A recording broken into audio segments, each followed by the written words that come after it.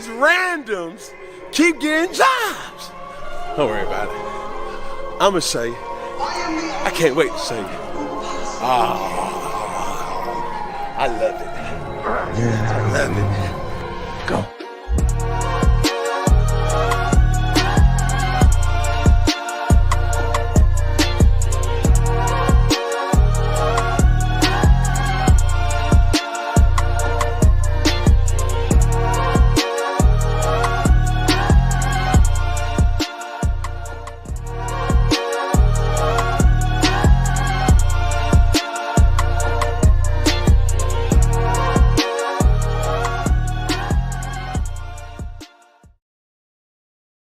Welcome, ladies and gentlemen, to the NotBland Show, and I'm your host, Dujane Bland, and today we have a really good show. We're going to have Antron Brown on first. We're going to ask him about his experience at the PRO Superstar Shootout in Bradenton, Florida, and we're going to have Matt Hagan on next, your reigning, defending, undisputed funny car champion.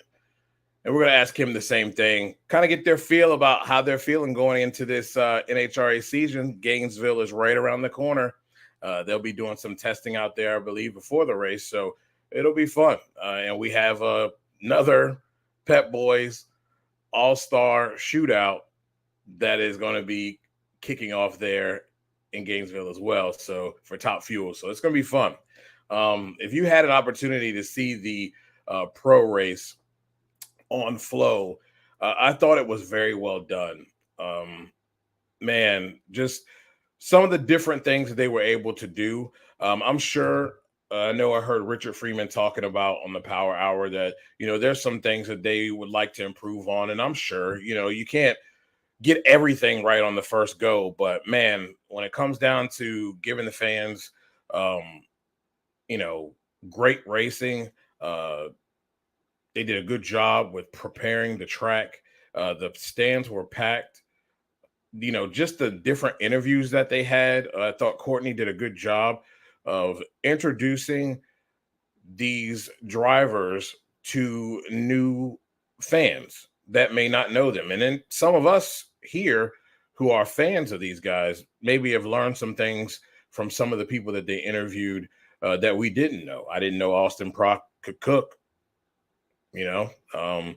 You get to learn some new things. The camera angles that they were able to supply were great. I thought having Jack Beckman and that crew was very well done. I thought Jack gave you detailed information from a driver standpoint. He's one of the smartest guys, I believe, in drag racing and in dealing with funny cars and understanding them. And understanding the Top Fuel cars. It was really good stuff. And I think people learned something. I really felt like this is something that when you're paying $149 for NHRA TV, I feel like that's what should be given. I mean, why not, right? That's a streaming service. And they were able to provide that. I think it's possible. They showed that it can be done. It was very professional. I thought the sound quality was really good. Fox does a good job, but I thought the quality was very well done.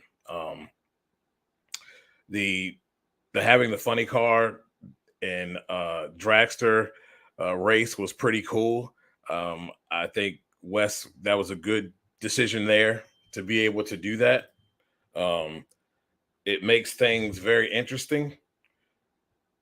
So it's hold on for a second, guys. We have another link problem.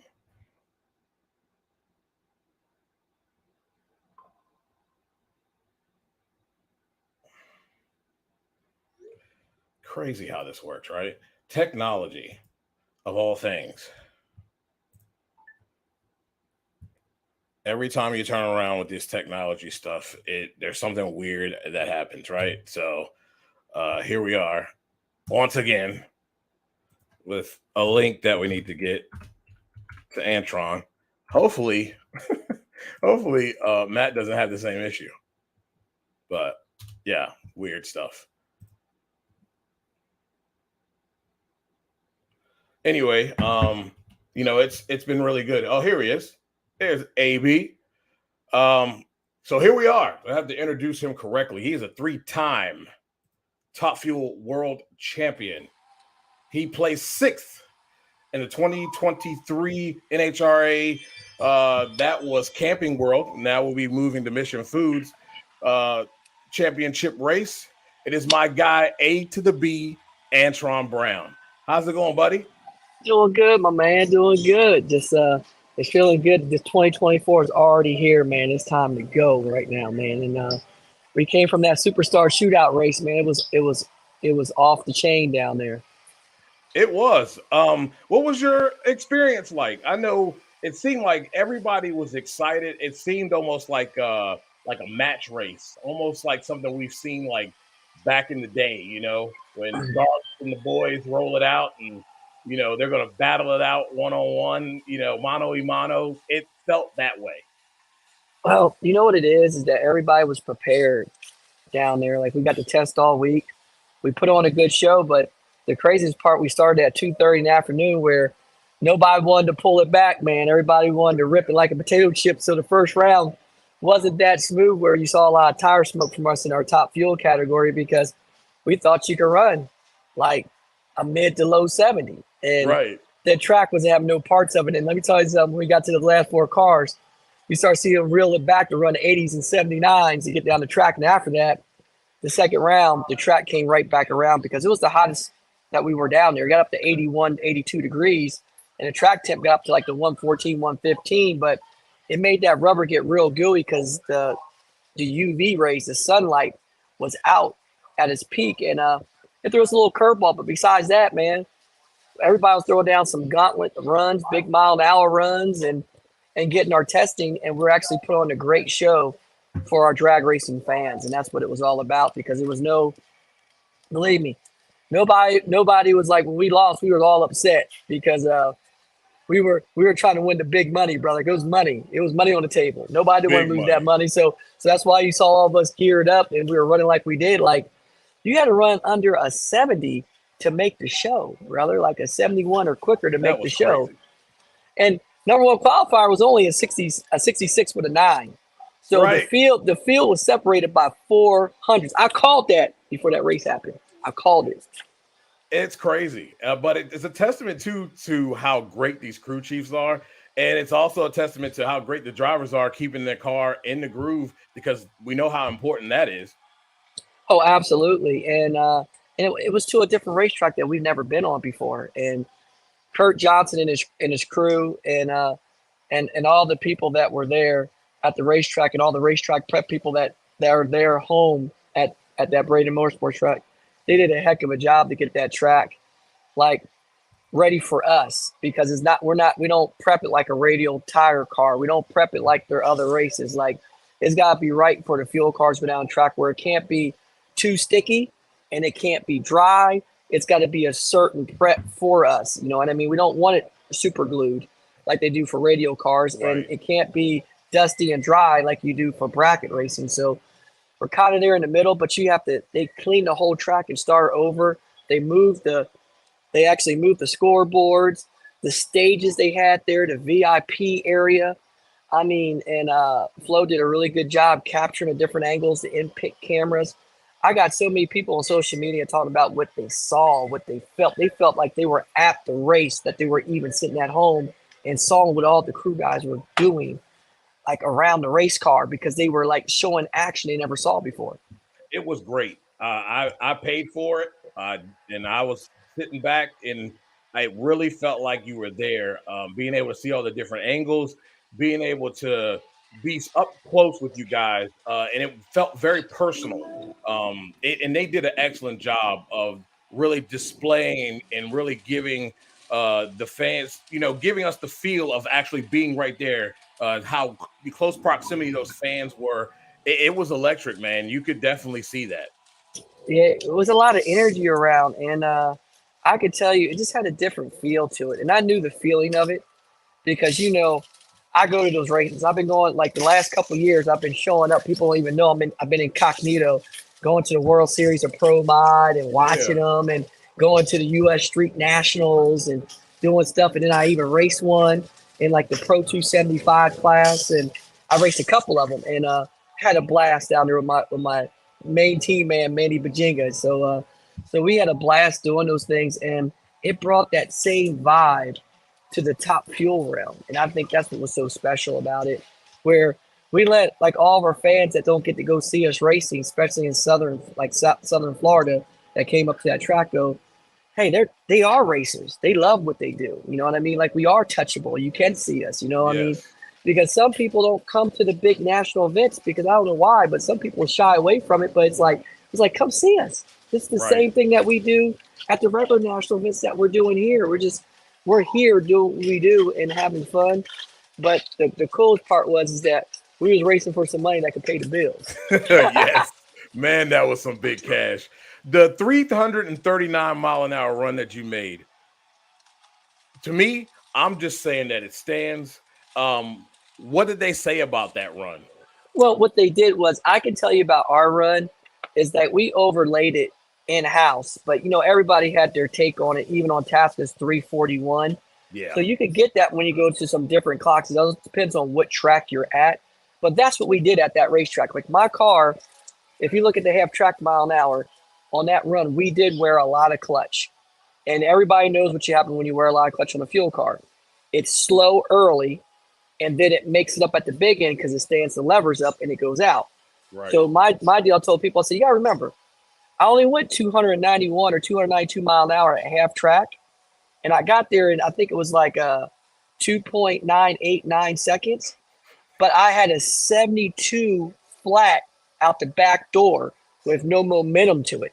So the car made the ET up. That's why I ran so hard out the back door. Yeah. And we looked at our front wheel mile an hour, and honestly with you, we're like a mile an hour off from when we ran our 338.50 mile an hour run in Charlotte.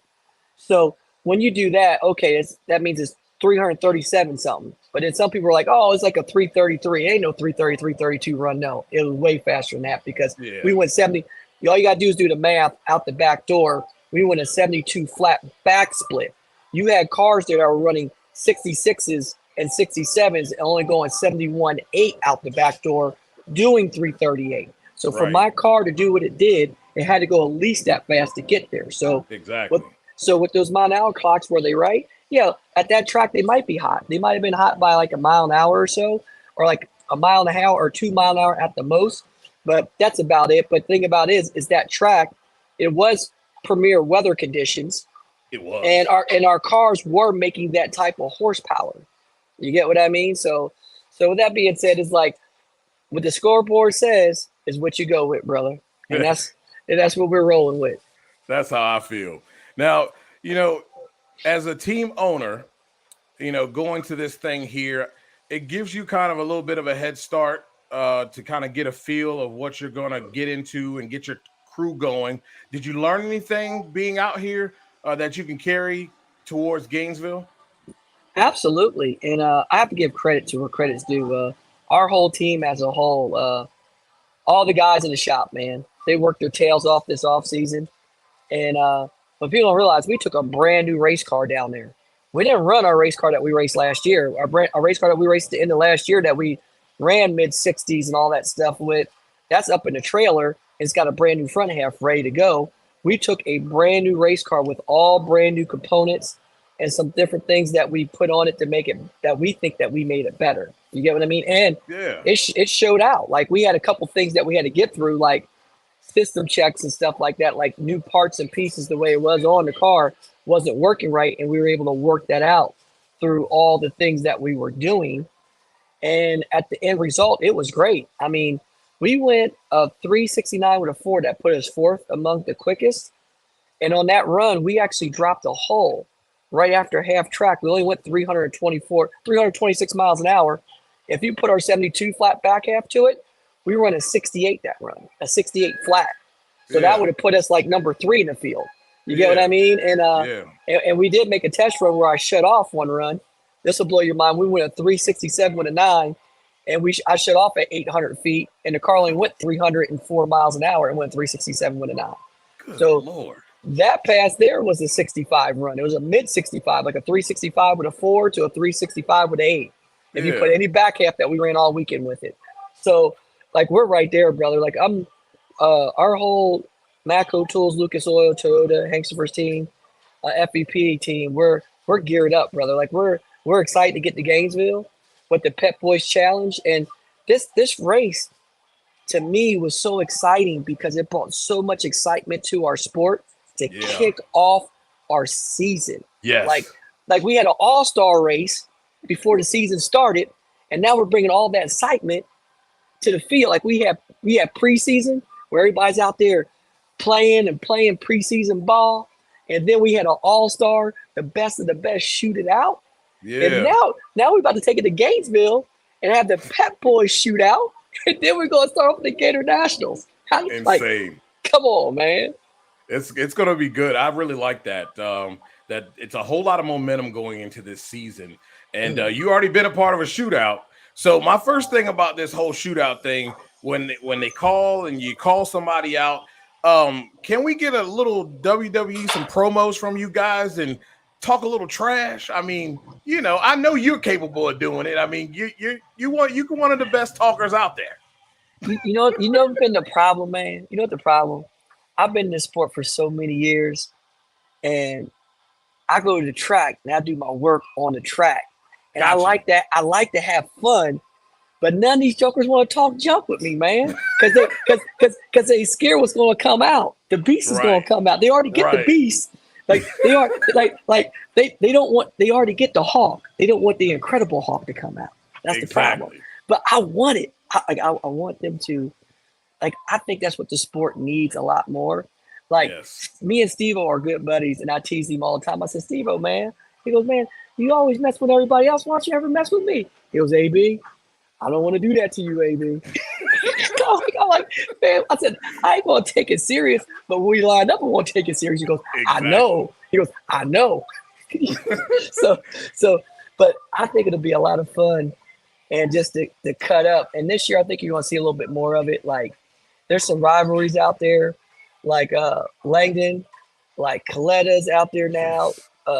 Clay Milliken too happy, man. He don't have a mean bone in his body. He can never get serious. It's still killing folks. Exactly, like with a smile. He kills you like Ronald McDonald. Yes. He's like, I got you. Now the front half of this car, this is new rules, right? Do you feel like the cars are better with these new rules? Because they seem to be performing quite well. I think at the end of the day, what it is just a safety standard. And we went with the 058. It actually fits better inside of each other. Because I think that's a route that we should have been at. And in all honesty, like, you remember, this is the funny part. A lot of people thought it was going to slow the performance of cars down back in the day. But if you recall, we used to always break the back half of the car. That's the first year I raced Top Fuel. That's when they switched, where you had to go to 098 wall for the rear end and go to 1 3/8 from an inch. I think it was an inch and a quarter to 1 3/8 and go to 098 wall from 058 to 098 or something like that, right? Right. And when they did that, people thought, oh, man, these cars are going to be hard. They're going to smoke tires. They got no give. They ain't going to twist. They ain't going to flex. Shoot, man, we brought them cars out. We went faster because you know why? The car didn't absorb the energy. It was able to, it still twisted up, but it twisted up like it used to. Because our cars, when I first drove it, I called them like back in the day when we first drive a car, I said, man, that's like a 79 Cadillac. That thing just felt loose and goosey. Then now, when we went to that new back half, it tightened it up like it was like a Toyota Supra, tight and nimble. You know what I mean? So that was the difference. And now we actually made that more of it. And I think you'll see the more logistics of it, where the cars, they changed the way they put them together. They got different arches. They got this, they got that. And now the 058, it's only 9 thou thicker. But what it's done is made it where they weld the cars up. You can have less failures where you ain't got to be precise on welding it like you used to. You're still precise, but you're not going to mess with the integrity of the tubing. where the tubing Okay. won't be weak. It'll still be Right. strong because you won't break all the way through it. You get what I mean? So Makes sense. now I think you have better built race cars. People are putting technology behind it. And we went to a track that we never been to before, and we went right down like it was nothing. You know what I mean? So Yeah. I think it's going to make our chassis last longer, and longevity wise, is going to give us a better part, a better piece, and we're all going to be better because of it. Now, this is a good question. Who do you think is the first one that's going to clap back at smoke? Oh shoot, I'm ready. I'm ready for some. Stewart don't want no smoke. Let me tell him about it. He might be smoke, but this is the fire, baby. This is the Yeah. fire. It's a I whole tell new him all the ball game. time. It's a whole new ball. Yeah, I told him, I said, the water's fine. Come on in. Like you literally got 12 cars that can win on any given weekend. 340. You know what I mean? You Right. got literally can win on any given weekend, and everybody's cutting the tree down. So it's like this is a testament. When you win a race now, you've done something. You have done something special. Like winning the race now is like pretty much winning like a championship almost now. So with that being said, is that I love Smoke being out here. He's a student to the game, and you see why he was so great in the championship driver at all forms of racing that he's did, because that man, he gets in the car, he knows where everything's at, and he's a pure student of the game, and all it does is going to elevate the level. And I love when that level gets elevated, because it only makes me get better. I just constantly work, and I love when people step up, because I'm already there, and I'm coming, and that's what I tell them all the time. And our team, I think this is going to be one of the best teams that we ever had period in Top Fuel racing. So I'm pretty excited about this year going, where it's our third year in, and we've grown to where we need to be. Do you think we see, I know what Scott was saying here, and thanks for the question, Scott. Do you think we see a 340 run this year? It's going to be very, very close. I think you're going to see one. I definitely think you're going to see one, the way the cars are running, and the performance, and where everybody's at right now. Because in years prior, this is my reason why. I'm going to explain why. Because people always say, yeah, but they don't say why. But this is the why. The why is because now, in previous years, you had teams that just showed up at drag races and just raced the race. Now you got teams sitting out after races and testing. They are testing, and they're working hard to be better. Before, they used to show up and try to be better at a race because they didn't want to spend the money. Well, now people want to win races, and they want to win championships, and they're spending money to test to be better. You know, that's a good point, because I say that as well, and I see that as well, because you know what? It used to be you could go out there, your 16 qualifier, when he was out there, you knew if you were number one and you went with 16 was going to do another burnout. When the tree went down, he wasn't going down the track. He or she wasn't going down the track. They were loaded for bear, and we're going to smoke the tires. You knew it. Now, if you don't go out there and run your race, and you think you're going to just go out there and roll the helmets out there and do it, you're going to get walked down, and you're going to get beat, because those guys are going down the racetrack, and they're like, look, hey, we may not be able to run that big number that they're going to run, but we're going to run what we're going to run. We're going to make sure we're going to go A to B. Well, DB, listen to me. Think about this. You're talking about 16 cars, right? Yeah. A lot of people fail to realize now, when you go to certain races, a 16 car is a stacked field in the Top Fuel race. I qualified 15th at the U.S. Nationals this year and won the race. Think about it. That's insane. Think about it. So what I'm saying is, an 8-car field that we did at the shootout race, we had the best of the best, and you had people that are world champions. 2 world champions didn't make the show. That's crazy. And you know the crazy part? That could have easily been my team. Right. If we faltered, we had 3 runs on Saturday to get in. We had 1 on Thursday night, and the Thursday night run was the one that stood. That was the good run. Yeah. And then the first run the next morning was a good run that people picked up. So if you missed those 2 runs, you had your work cut out for you to get your butt in the field. Yeah. You get what I mean? So it's like it's the same thing. Like, if you miss the time to get in the show on a field that's that stacked, I'm talking about Steve Torrance, Brittany Force, You get the names I'm saying? Yes. You follow what I Silent. mean? A lot of assassins out there. Like they did not make the show. Josh Hart did not make the show. Yeah. These are people that win races every weekend, and it could have easily been Doug Coletta if he faltered. He won the race, but he qualified up there like number 2. It could have been Clay Millican not making the show. It could have been me not making the show. It's like you could pick any racer. You had an off weekend would not make the show. You know, I always said this. I said this to NHRA years ago. They asked me what would I ever change in our sport, right? And I said the only thing I ever change in the sport if we have a countdown, like a playoffs. Yeah. Whoever makes the playoffs should be the only cars that can show off for the playoffs. You shouldn't have people that could just show up. Absolutely not. That's false. That's not a playoff. Right. A playoff is the best of the best who shows up. And in our sport, if you show up at every race, you'll make the playoffs. So that's a reward. Which I disagree with. Yes, it should be a number, right? Right. Well, even if you take the way that you got right now, right? And you say you got 12 cars that make the playoff, right? Well, they say, well, it's not a 16-car field. I said, well, it's fine. Well, what you do is those last 6 races, those 12 cars show up, the top 8 race on Sunday. And then, they said, they're like, well, what about the people that don't qualify? I said, they don't qualify. I said, but you know what you just did now? You made it only 3 rounds of racing, so the points stay tighter. It's not 4 rounds because you're not racing somebody that just shows up or somebody just gives a round of racing to a car that helps them out, okay, for first round. And then what you do is the car that just won that race, they might not qualify the next race. Right. They might not qualify. Just like this race here. Best of 12 is the best 12 out there.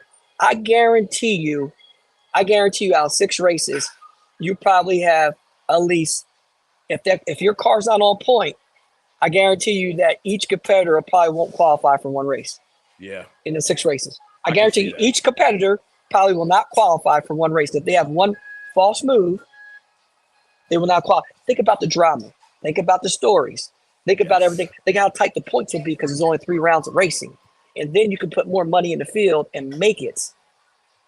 I like that. Like higher money. And then you get more TV time for the people that make the countdown. So if it's 12 cars because you show up, only those 12 racing. And you know what you're going to have? You're going to have cutthroat, throw down racing. You ain't going to have to say, oh, man, this person showed up. Oh, I'm racing my guy now, so he's going to throw down for me. Someone get me a free round right now. Because we do get that in the countdown. Absolutely. I've seen it over the years. I've seen it all the time. Team cars, this car, that car. I've seen it. I saw one guy get 3 rounds in one race. Yeah, you ain't telling no lies. You know what you ain't telling no lies. I have never got a free round in any of my championships. I wish I did. I don't. You want to earn those things, man. You want to earn those things. You got to earn them, and that's what I'm saying. And that's what I think that you make the sport higher. And then what you do is if you get – eventually you will get 16 cars that show up, and then you can run the 16-car field, but there'll be 16 quality cars. And that's the way our sport's growing. Think. Yeah. It used to be 2 good cars. Then it was 4 good cars. Then it was 6 good cars. There was 8 good cars. Right. Now, brother, you're like 12, 14 bad behind cars in top fuel right now. Yeah, it's insane. It's absolutely insane. I got one more question for you before we get out of here. You have been an owner for a while now. You have this Accelerate program. Does this expand outside of Angel, which I thought was a genius move, by the way? Does this extend out maybe to someone who's trying to look to get up and move up the ranks, and maybe they can be a part of that program and have that assistance? Absolutely. I'm glad you brought that up, DB. We are helping a lot of different people from the grassroots racer all the way up. And what the Accelerate program is about is not a driver development program. It's a development of all kinds. Like we're actually helping Sean Reed right now, who's got a top fuel team that you're going to see coming out. Yeah. So basically, we took him underneath for our wing. Rob Winland's at the helm over there with Ryan Elliott. They're putting the car together, shadowing. So a lot of their stuff is exactly like how our car is. They're working through it, working on it, and we're bringing them out. So we go from consultant to helping them with the whole race program to helping Sean Reed with decks to pitch sponsors for himself. I help him on the day-to-day, and I can help him with the different way of thinking and say, hey, Sean, what do you ever think about this? Or what you think about that? This is how I would do it. How do you want to portray or how you want to see yourself? Then I can even go down to the younger generation. It goes, AB, I'm trying to get a sponsor, whatever it is. I say, what you need? They don't know the tools. I can give them a template where they come in, and all my people that do all my stuff, they work for me. So they're part of AB. So I was like, well, how do we share this wealth of knowledge and these tools we have that we develop that's made us successful, not just to get sponsorship, but to retain it and to keep it going and to over deliver and show them value where you can actually keep the sponsor happy. Yeah. And then it leapfrogs and it spreads out where you can get more and more partners involved, right? So we've been doing it on the grassroots level now, where we're actually got a couple other drivers that race in the sportsman ranks where we're going to start helping them out with their decks, help them put stuff together, but they still have to do the work to go pitch it for themselves, and we can help navigate them that. We're not taking people on where they go, hey man, can you get me a sponsor? No, we can help you in it. Like, we are assist program. I like that. Because what I tell people, nobody is going to sell you better than you're going to sell yourself. Amen. Are going to work on it as hard as you're going to work on it for yourself. I did the agencies. I did the IMGs. I did the other programs where I paid the retainer fees. I did it. You know what I got from it? A lot of bills with nothing in return. Yeah. You get what I mean? Like, if somebody believes in you, they're not going to make you pay a retainer fee. Because if they believe in you and they believe in the product that they're selling, they're going to be able to go and sell it, and they're going to make the residual on what they bring to you. Exactly. You get what I'm saying? So exactly. I learned all that, and now I'm telling people the way I got to where I'm at is building relationships, and the relationships gives you other people that you can meet to build relationships, and that's how it all came to. And then that's how you have to show up and show out and show them. If you can answer the question, why somebody should sponsor you, and if you can answer the question, like, what are they going to get in return from you, and you answer the question, if you can answer the question, is this ROI going to be worth the money that they're putting to me? It should be worth, the ROI should be worth more than what they're giving to you. That's how you get a deal. I like that. I like how that's done. That makes sense. And it's helping people to benefit themselves. So that's absolutely awesome. Tell everybody where they can follow you at, AB. This won't be the first time that you'll be on this show. It definitely won't be the last. So tell them where they can find you at, and tell them to get out here to Gainesville and root you on. You gotta come to Gainesville. We're gonna be out there the March 8th weekend, that Friday, Saturday, Sunday. Got the Pep Boys Challenge. It's a Gatornationals. It's coming to you live, and you can always follow me. You got to follow me. Is at Antron Brown TF on Instagram. You can find me on Facebook fan page Antron Brown, Twitter Antron Brown. I'm accessible. I'm out there. I even TikTok. I'll do a dance for you. But think about it. But think about it is that we have fun and we do what we do. And we always put the Lord first, and everything else follows. So the one thing about it is we always push forward, and I always tell people, you know what beats resistance? It's persistence. And if you do it, you'll get through it, baby. You get through it. Positive motivation and never stop. So just stay followed, stay tuned, and it's going to be a ride this year. 2024 is coming right at you. Yes, sir. I appreciate it, Antron, and I will see you in Gainesville. I'm going to hit you up in Gainesville. I want to learn how y'all mix this fuel. I'm in the process of learning things. Come on by, man. I used to be a mixologist. Now my crew chief karate mixes the fuel. He's like he does it now, and but that's what I did my whole race career, man. It's like a chemistry project, man. You got to make the brew right, baby. You want the car to fly, you got to make the brew right and tight. Yes, sir. Thank you, AB. See you in Gainesville, buddy. All right, my man. Take care, DB. Later. Man, some awesome stuff there. We learned a lot of stuff from AB. some good stuff, and we're going to learn something here. This is one of the baddest dudes here on the planet. He is your reigning, defending, undisputed funny card champion. He is a 4-time champion. He sits at the head of the table in the funny card class. It is my guy, Matt Hagan. What's up, brother? Hey, man. Thanks for having me on the show.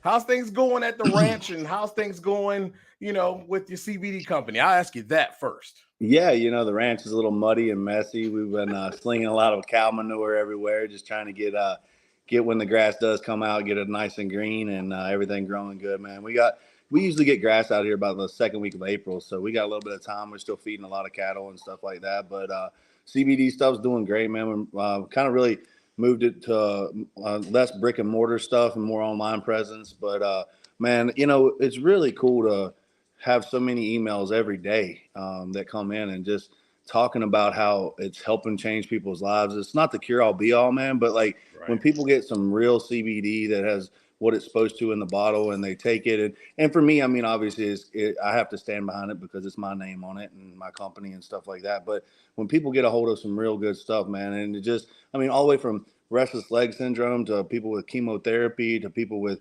chronic pain and arthritis and, just, inflammatory diseases, stuff like that. It really gives you a warm and fuzzy, man, when you know that you're out there helping people. And, so it's cool to sit down some evenings and read those emails and all that kind of stuff. But, man, the cattle are fat and happy like I am, you know what I mean? And things are going good. And the race car is running pretty good. We just run it up at that pro race and had a real shot at winning $250,000 there. But come up a little bit short to Austin, man. And the kid's doing a good job. You know what I mean? He's wheeling that thing down through there. And, but we just had a lot of fun out that race this last weekend and kind of got a couple weeks off and going to kind of try to get all we can get done here at the homestead and get back after it. Was it like a feel of where you kind of at a local track and, it's kind of that hometown feel where you guys were at and you were able to kind of, we always are, we're always able to touch the fans there in the NHRA, but it was very, it was very intimate setting there. Very much so. The staging lanes were overrun. I thought that was cool. I didn't have no problems with that at all, man. Like people were, they were holding cameras and walking around and up underneath the car. And, it felt like back in my pro mod days, man, when people would just go crazy on the starting line and stuff like that. And, I just really liked it, man. I'm all about fan engagement. Honestly, I get barked at the media a lot because when I win, I stay down there and I pass my trophy around. You wouldn't believe how many people have just dreamed of just touching a Wally or taking a picture with one.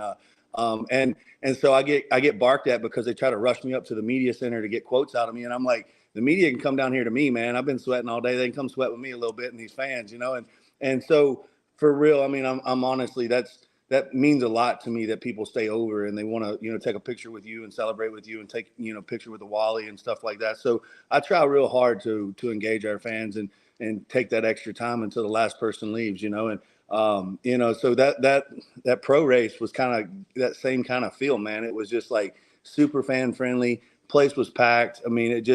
It was everything that you'd hoped it would be. And I think NHRA can take a few notes from it as well.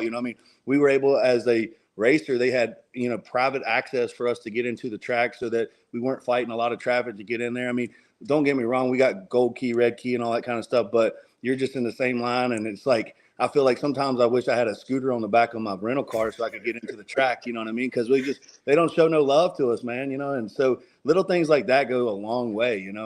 And so I thought in like the VIP section where they had behind the staging lanes and that was bad. Down the track. Yeah, it was really awesome, cool, man. Stuff like and for years I've pitched, no different than like having, the pit boxes as they do it at NASCAR and making the teams carry them around for our sponsors and stuff like that. I thought we should have been doing stuff like that a long time ago. But all in all, man, I was really happy with the turnout, real happy with the way things went, for their first deal. I'm sure everybody has stuff that they can work on, but just can't say thank you enough to all the folks that put that on. And for that pro organization to step up and do that was pretty amazing. Yeah. And I thought that with that race and all that went into it, the extra cameras so that you could see into the pits and see what everybody's doing, was very personal. I just stuck my belly in, man. I didn't know I was on camera the whole time. You know what I mean? Oh man, and it was so much fun to be able to watch that, and I feel like that's how you grab the new age, the younger crowd, with what was done there. And you know I couldn't have been more pleased with the product. It was a well spent 29.99 for sure. Absolutely, man. I mean, like I said, I hope that they can put some more of them on. I mean, I know that's a lot of money to raise, but man, talk about getting excited to be in the final and know that you had an opportunity to win $250,000. I mean, we won 400 grand, I think it was, for the championship. So, I mean, that's what we raced for all season long to get a chance to win. Right. So that was one race that was pretty much half of what we made all year to win the whole deal, man. So put that in perspective. I mean, talk about wanting something bad. You go up there and you're just ready. You know what I mean? You just want it. But we come up a little short, man. We didn't run what we needed to. Just kind of got outran a little bit. We had a little bit on the tree, but just didn't have enough on the racetrack. And you'll have that, man. You win as a team, lose as a team. I mean, Tony came over and he was like, "You did your job." I was like, "No, man, we're a team." You know what I mean? Like it's one job together, and we're gonna figure this thing out. And Tasca went 341, and I think with Proc and those guys, they were running 330, 337, 338 in qualifying and stuff like that. So we just got to find a little bit more mile an hour, a little bit more horsepower. And people don't realize, they think they see the mile an hour up there, and that's just a direct correlation to how much horsepower you're making. It really doesn't affect winning or losing for us. But when you see big mile an hour, that means you're making big beans, man. You're making some snot out there, So when I see big mile an hour, I'm super impressed, because our rules are so tight and it's so hard to make big mile an hour and big horsepower. So when a guy goes out there and does it, it's like, whoo, you know what I mean? Like they get it figured out. So we're going to work hard on it, all season long. And I think we'll get there.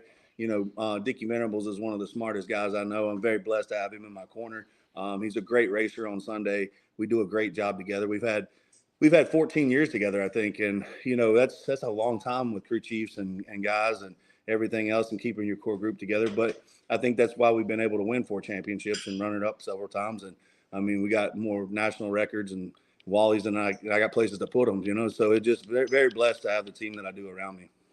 And thanks, Mikey, for the question. And looks like I've never seen your name in the comments before. So thank you for tuning into this show. And hopefully we're doing a good service and doing a good job for you, man. I appreciate you tuning in and commenting. Your car seems to be, I'm putting you in the category, especially when it comes into Gainesville, the first race of the year. You're in Eddie Krawick type territory. The guy seems like every time, before a couple of years ago, he was just rattling off wins at Gainesville. Your car comes in, even with the shootout here, very polished. Dickie's always got that thing running very clean. What kind of confidence does that give you, knowing that each and every time I get in the car, all I have to do is make sure I do my job? I know Dickie's going to give me a hot rod that's going to scream down the racetrack if I do what I need to do. I think it's the words, the saying of confidence breeds and builds confidence, you know what I mean? And it's like, when your car's running good and it's going down the racetrack and you got some good data to work off of, you can focus more as a driver on the starting line and what you need to do as far as keeping it in the groove and different things like that. Folks don't realize how much is going on in one of those cars a lot of times, man. And it's just, it blows my mind, obviously what the crew chiefs had to deal with. But, after I come back and I try to decompress every run and really kind of tell my crew chief what's going on and what I thought I saw and what it was doing before I ever even look at the computer or ask any questions, so that I know that what we're seeing on the computer is what I'm seeing and feeling on the racetrack and stuff like that. So, it allows me to have that more confidence as a driver, to pay more attention to what it's doing out there on the racetrack and what the car is doing, and how the clutch is coming to it, and the cylinders, if it put a hole out here or way down the track and different things like that, so that I can relay that to the crew chief. And so when the car is running good, you'll see people, I think a lot of times, they'll start killing the tree. You know what I mean? Like, daggone, man, they focus, but I think a lot of that is they're not worried about the race car. You know what I mean? They can focus on what's the task at hand. And nowadays, man, these races are a lot of times won on the starting line. I mean, we're running so close. I mean, there was races last year that I think in Reading, I lost a round to Robert Height by .0001.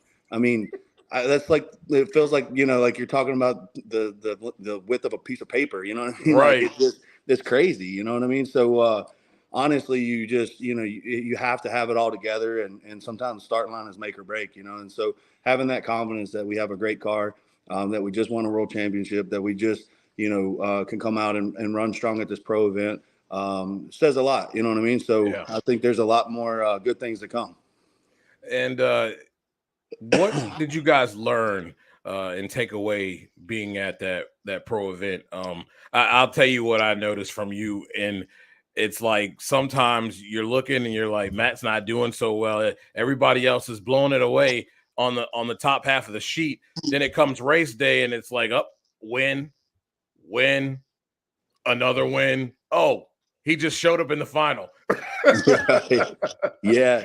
And that goes back to Dickie being a good racer, man. I mean, I think we've broken that down, to where we were only number one qualifier one time last year, and we won the championship. So it's like, don't get me wrong, because I love to throw down, man. Back when we used to pitch the headers back, and you put your mouthpiece in, and you're setting a national record every run, and those things were so hard to drive because it took downforce off the nose, and but you're pushing them with thrust, and it was just like, I love that, man. Don't get me wrong, but I think when it comes down to it, I got a guy in my corner that really reads the racetrack and knows how to race on Sunday, and really does a good job of pushing the limits, but we go down the racetrack. I think you go back to our countdown. We had a lot of guys smoke the tires beside of us, you know what I mean? Whether that was just intimidation of them having to feel like they had to push against us, or just missing it.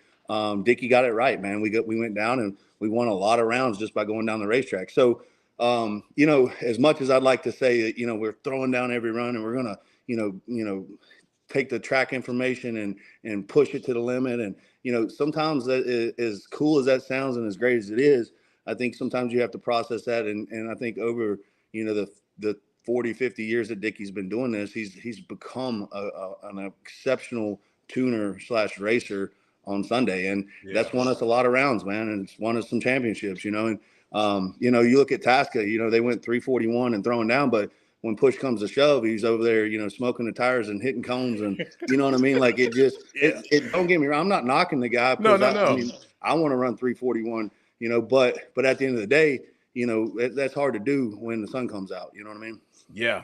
Do you think we'll see a 340 run in Funny Car? Man, I don't know. I honestly think that like NHRA is going to take and see that, and they're going to go put some restrictions on us because of it. I think so too. Yeah, the tire. I don't want to be really negative, rated. but I think so. Yeah, I don't think the tire's really rated to go over 340. So Goodyear's going to go, you know what I mean? So, as much as that was cool to see Bob flex like that, I think it'll end up hurting us in the end, because NHRA is going to go, no, man, here's another rev limiter change, and then when you have rev limiter changes down there, it's already hard enough to keep 8 cylinders lit down there. So, it's bouncing off the rev limiter, pipes are getting wet. You'll see the cars darting around. It makes it a little harder for us to drive, but it just takes 1 or 2 runs like that, man. And they go like, nope, sorry, here's another rule change. You know what I mean? So, which I get it, man. The tire's not rated for that. We don't want to see something delaminate, someone get killed. Exactly. We all want to do this as safe as possible, but sometimes it's like, man, you should hold your smoking gun in there for a little bit. You know what I mean? Like, don't show all your aces right now. You know what I mean? Right. It's still early in the season, so it's a little harder for them to make a rule change later in the season than it is at the beginning of it, So, right. But that was just my thought with it. That was all. Yeah, I appreciate that. I was thinking about that too. I've also often thought about that, especially with the pro stock motorcycle class. It seems like every time somebody figures out something, especially first it was Matt, and now it's the Gage Herrera rule.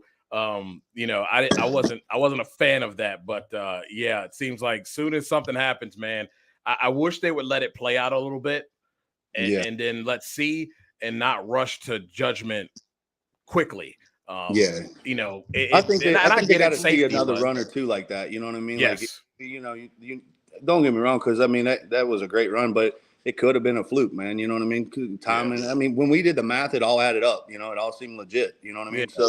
So, that's great, but you got to kind of back it up, and then I think once you see it again, on one of their racetracks, they'll probably go, okay, like, time to make a little change here. You guys can't run that fast, which is unfortunate, because I want to go faster than that. You know what I mean? But But Exactly. what my wants and what I get is two different things. You know what I mean? Yeah. Coming into Gainesville, I think there's going to be a little testing beforehand, right? Yeah, we're going to be there. I think Tony's testing tomorrow actually down there, and then he's going to do another test session as well. So his poor guys are going to be wore out, man. They just did this test session here with Leah, and they probably made like 17, 18 runs, and then they're down there in Gainesville now, going to make a few runs tomorrow and the next day, and then we're going to roll in there in a couple weeks and do the test session. So, but Tony's trying to get some laps, man, and I'm excited for him, and I'm pumped about that. And I was just kind of like, hey, bro, you got to go out there and make some mistakes. You know what I mean? He's like, man, everybody's, watching me under a microscope. And I was like, they're already watching you under a microscope, man. You just, if you don't make some mistakes out there, you're never going to learn. I wish I had all the money back that I made mistakes with. You know what I mean? Yeah. So it's kind of like, it's just going to be a learning curve. And a mistake is when you do it twice. You know what I'm saying? Like if you don't learn from it the first time, then it's a mistake. You know what I mean? Yeah. So that kind of thing. So, but I mean, I know his guys are thrashing and they're going to be excited, and we're going to get out there and make some more runs. I know there's some stuff that we still want to test that we didn't get to. I mean, we made close to 20 runs out there in, in this pro test session, but it just is never enough, man, but they're always so expensive to run these cars. So you got to make them count, Yeah. They eat money. That's for sure. And yeah, if that's the case, Mikey, that's good to hear, because, that's one thing you don't want chunking of the tire. That's a big problem. Andrew says, does Don Schumacher played a huge role in your career? What is one of your favorite memories with Don? Yeah, Don was always great, man. But he motivated differently, man. He kind of rolled with a big stick, you know what I mean? Like you were either on or he was going to tell you you're off and you better get on, you know what I mean? That kind of thing. And I think with Don was probably my first butt chewing I ever got from him, man. Like I will never forget that. You know what I mean? I was like, my God, I've never had nobody talk to me like this. You know what I mean? Like maybe I've lived a sheltered life, but I was like, I'm not okay with this. You know what I mean? But it made me a better man. You know what I mean? It made me have a tougher skin. It made me go like, how bad do I want to drive this race car? You know what I mean? And that was just Don's way of motivating, man. Like that's what he knew. He was old school, hard knocks kind of guy. And, he come in there and tell you what a worthless piece of junk you were, you know what I mean? But and that you're very replaceable, you know what I mean? So but it made you tough, man, because he was like, man, I better dig deep here. That final round come up, it's like you don't want to get left on because you're gonna hear about it, you know what I mean? Yeah. So it made me stronger, man. And sometimes I miss that a little bit, like Tony is amazing to work with. He's a great boss, but sometimes it's just like you're like, you want him to come in if you make a mistake and just be like, hey, dude, you know what I mean? Like, what the hell? You know what I mean? But he's just so laid back, man. And I've never dreamed that because, you watch all those YouTube videos and stuff, him chucking helmets and going off and fighting and all that kind of, and he's nothing like that. You know what I mean? Like that I've seen, So, so it's been a very, night and day type of adjustment between two owners, and but golly, I love Don. I mean, Don never did me wrong. He always paid me on, paycheck was never late, and always made sure I had a ride. And it wasn't really one of those things where I was just trying to leave Don. It was just Dodge wanted to move in a different direction, and Tony was a great fit, and so they're like kind of you're a package deal, dude. So like here we go, you know what I mean? So just kind of one of those things. So never anything bad with Don. I mean, but yeah, I've definitely got some memories of him chewing my butt, man. I'm just glad I got a little ass left, Yeah. Mikey says, do you miss driving Pro Mod? What's that? Do you miss driving Pro Mod? Yeah, I'd still be driving Pro Mod, man, but you can't make a living at it. You know what I mean? That's kind of like it's a rich man's deal, man. You're a businessman that needs a write-off, and I don't need a write-off that bad. You know what I mean? So I ain't making that much money, but I love Pro Mod. I mean, they what's so cool about those cars is it's just a different style of driving than what fuel cars are. Like fuel is like you're on or you're off. You know what I mean? Like it's not a finesse kind of thing. And Pro Mod for me is kind of it was more of a finesse deal. You're short shifting. You're doing different things to get the car down the racetrack, and you're sometimes you're overdriving those cars. And I'll never forget the first time I crashed when I rolled it like 9 times through the lights, barrel rolling and stuff. And I was like, I got this. And then I was like, I don't got this no more. You know what I mean? Because they get worse. You know what I mean? Like you think it's over, with a, a four link and, you know, suspension and all that stuff, it gets worse, you know? So like, as soon as you lift, it's still going to get out of shape even more. And I think that's why so many of them wreck, because, you know, you think, oh, I still got this. But then even when you're like, oh no, this is not good, it's going to get worse out of shape. You know what I mean? So, Yeah. So they're wild to drive. I used to, you know, a funny story about Bradenton, and I was like, man, it's only up from me from there. But I had a pro mod that was like an outlaw pro mod out of screw blower, and we had a primetime race car. We were building our own race cars back in the day out of my race shop, and I had these two guys that were building chassis, and they built me my first race car, right, as far as from their shop out of my shop. Yeah. And we were supposed to go down to Bradenton and test this thing, man. And so they were like, all right, let's go put a big screw blower in it, put a alcohol gear in it, you know, and like, you know, ready to go. We're running 8th mile down there. And I get down there and you know, I get to about the 8th mile and the front tire falls off of it and it passes me, right? So the A-arm fell over and I see all this asphalt start coming up over top of the car. And I was so embarrassed. Like, we made one run. I was like, I thought they were going to ask me to repave the racetrack out there. And I didn't have no money to repave the racetrack at the time, you know? So I was like, we got to get the hell out of here. You know, we threw everything. It was like 17 hours to drive down there for one run, wrecked the car basically, you know, wheel passes me. And I went back and I was like, safety wired every nut and bolt on that car. You know what I mean? I was like, we ain't doing this again. Not doing that again. Yeah. So that was my one run in a pro mod in Bradenton before I got there with a fuel car last weekend. That's pretty interesting. You're like one of 4 that, and it's wild. You wouldn't think that. You would think more people would have 4 championships. Have you let that sink in of the history that's there? And, you know, that's elite category. Yeah. I mean, it's us, Force, and, you know, Bernstein and Snake, right?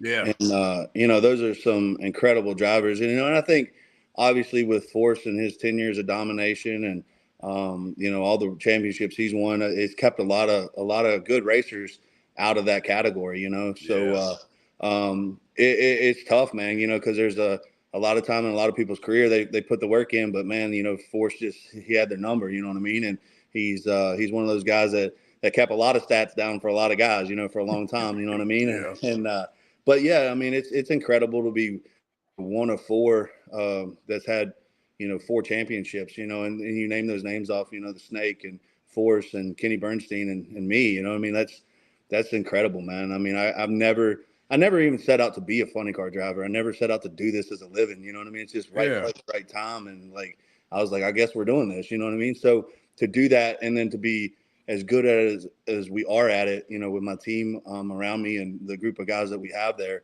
it's just incredible. And that's why I worked so hard to try to keep them together. A lot of people don't realize how much my team means to me. I mean, they're everything, you know. I mean, I definitely would not be a 4-time champion without them. I mean, I won a championship with Tommy Delago before, but at the end of the day, my core guys have been everything, you know, as far as winning and losing and keeping things together. I mean, I guess back in 2020 when COVID hit, you know, not a lot of people know this, but I had 3 guys come to me and, you know, obviously times were tough and Don was cutting pay and, you know, things were real tight. And I had 3 guys that were like, dude, I can't pay my rent. I can't do this. You know what I mean? Like, I got to go find another job. I'm going to drive a truck over the road. And I begged them to stay, man. And I told them, I said, you know, if I win this championship, which I think I'm going to, I said, I'll give you my bonus money, you know, and they stuck it out and I did, man. And that's what it takes to keep my guys together, you know, but that's how much they mean to me. You know what I mean? Like, it's not just like, you know, it's a plug and play and you can replace them, you know? So it was a lot, you know, to try to keep them on and, you know, do that deal. Cause I knew how much they were struggling, but they also knew how much, you know, we had a shot at creating, you know, another championship together and they stuck it out and we were able to, you know, get their bills caught up and everything was good, you know, but that's the type of behind the scenes stuff that you got to do for your guys to keep them there, you know, if you're going to be successful and you're going to, you know, win championships and win races and that kind of stuff, you know? Yeah. Those are the most important. I don't think most average fans realize that, but those guys that you have working on that car, you know, round by round, keeping those guys together is like keeping together, you know, a Pro Bowl offensive line. too many changes and things start falling through the cracks. You take a few steps back, but when you keep those guys together, it really shows. It shows because you guys are very, very consistent as a race car and as a team. One more question. Leah's going to be out. It looks like after this all-star call-out shootout, I think she's dangerous in this shootout. She looked, better than ever at the pro race. What are your feelings about that? I'm happy for them, but I know you guys have been, teammates. You're out there rooting each other on, and I know she'll probably still be around. But as far as being in the seat as your teammate, how do you, what's your feelings on that? Yeah, Leah's been my teammate for a long time, man, and we've been through a lot together, and we've shared a lot together. It's just kind of one of those things where she'll come over and pick my brain, and sometimes I'll pick hers, and it's just kind of it'll be different, man. Because Tony, obviously, he's going to have a big learning curve in the dragster, and but he's one of the most incredible humans I've ever met as far as being able to take information and process it and apply it to a race car. He jumped in my funny car, made 4 runs, and made it look like he'd been doing it forever. So it's just an incredible human being. And but I think that I think Leah will be around. You know what I mean? And good for her. You know what I mean? To take that time to start a family. I mean, I think every woman should have a family. You know what I mean? Like it's just something special when you get to create a life form and you mold someone into what you want them to be as a person and as a human being. It's something that it's hard to describe to people that's never had kids. You know what I mean? You just want to be like, just go have a kid, man. You know what I mean? Yeah. Like it's such a blessing. You know what I mean? Kids are tough, man. And I know people a lot of times struggle financially and everything else like that, but you'll never regret it. You know what I mean? That's kind of what I told her. I was like, what's really nice is Tony's been able to make his living already. And a lot of people are already, out there, they're struggling to make a living and raise children. And Tony and Leah will be able to enjoy their children because financially he's already earned his money, and to be able to sit back and really enjoy his kids and them do what they want to do, I think is incredible, So I'm excited for them. I'm excited to have Tony as a teammate. I mean, dude, he's like my big brother, man. Like he's full of mischief, you know what I mean? And it's just like you can tell, you know what I mean? It's like, oh no, here we go, man. You know what I mean? But I just love him too, man. I mean, he's just a good dude. I've seen him do a lot of great things for people already, and just proud to have him as a boss, but proud to have him as a friend. Yeah, I always been a Smoke fan. That was like the only guy I really paid attention to in NASCAR. It was surreal to see him at the racetrack at an NHRA event, but he seems so laid back, so cool, and it's so awesome to see him having so much fun. You can tell he's just having a blast out there. And that's awesome. Matt, tell everybody where they can find you and follow you at. And, Well, first of all, I want to say thank you to all your viewers, man. Like, the folks that are watching the show, that go out here and support not just my sponsors, but, if they have a favorite driver or whatever it may be, it really does go a long ways when they do go out there and support the brands that support what we do. So thank you guys for doing that. Thank you guys for being on the show, watching the show. And having me on the show, but and it's one of those things where, you can follow me at Matt Hagan _FC on Instagram and Facebook and all that kind of stuff. But end of the day, man, we just we want to put on a good show for our fans, and they spend a lot of money to see us. And I'm excited to get this season kicked off and get out there and kind of just have some fun, breathe some more nitro, man, and some more, that tire smoke and everything else, but we're going to go out there and work hard for the folks that are rooting for us, see if we can pull down another championship and, have some fun doing it. So thanks for having me on the show. And hopefully we get to hold up a few more Wallies this weekend or this year and have some fun with our fans. Yes, sir. Thank you, Matt. This is the first time. It will not be the last time. I will see you, brother, in Gainesville. Sounds great, man. You guys be good. Thanks again. Thank you. Matt Hagan, everybody. Man, so much fun talking to those guys, talking shop. That's my thing. I love it. I want to thank you guys as well. I want to thank Monday Morning Racer for sharing and thank Mikey for tuning in. Started this thing back in October with the help of my guy, Everything Nitro, supporting me here, along with Sports Journey. Man, I didn't think I didn't think that I would want to be doing this, being live and everybody seeing me. But it's been a blast, and you guys make it even more special with your participation, your sharing, your enthusiasm about the show. It really means a lot. Man, we're gonna have a really awesome season this year. I tell you, there's a lot of good cars out there, and to be honest with you, I know, and I hope that it doesn't rain, Mikey. I hope it doesn't rain. I felt so bad for you guys last year. That was terrible. And hopefully that does not happen at all. We're hoping for no rain here in Gainesville either. I probably shouldn't have said that. I shouldn't have let that come out. But anyway, man, it's going to be a great season. The fields are stacked. The top few, we're going to have people, we're going to have good drivers go home. There will be good cars that go home. We haven't seen that in a long time. But, man, it might be stressful for them, but it's going to be some kind of electrifying racing for you guys. And I'm excited for it.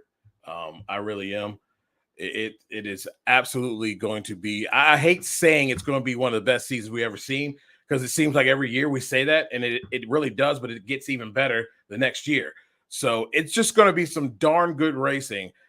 I encourage you guys to tune in, and hopefully, like we talked about earlier, ladies and gentlemen, hopefully the NHRA sees some of the things that were done, and we get an opportunity to change things up and make the product better, because that's really all what it's all about. It's just making the product better. Well, ladies and gentlemen, it's been a show. It's been a show. And I'm really happy about it. I'm glad you guys got to experience that. First, yeah, man, I hate rain. Man, this has been a great show, and thank you guys so much. This show is powered by sportsjourney.com and Everything Nitro. Man, we got a good one next week. Jimmo is going to be on the show, and we're going to have Austin Prock. I call him the American Nightmare. It's going to be fun. So thank you guys for Sports Journey, for Everything Nitro. I'm Dujane Bland. You guys have a great rest of the week. Have a great weekend. Love on your family. Life is short. So make sure you do that. It's important. Thank you guys. And we are out of here.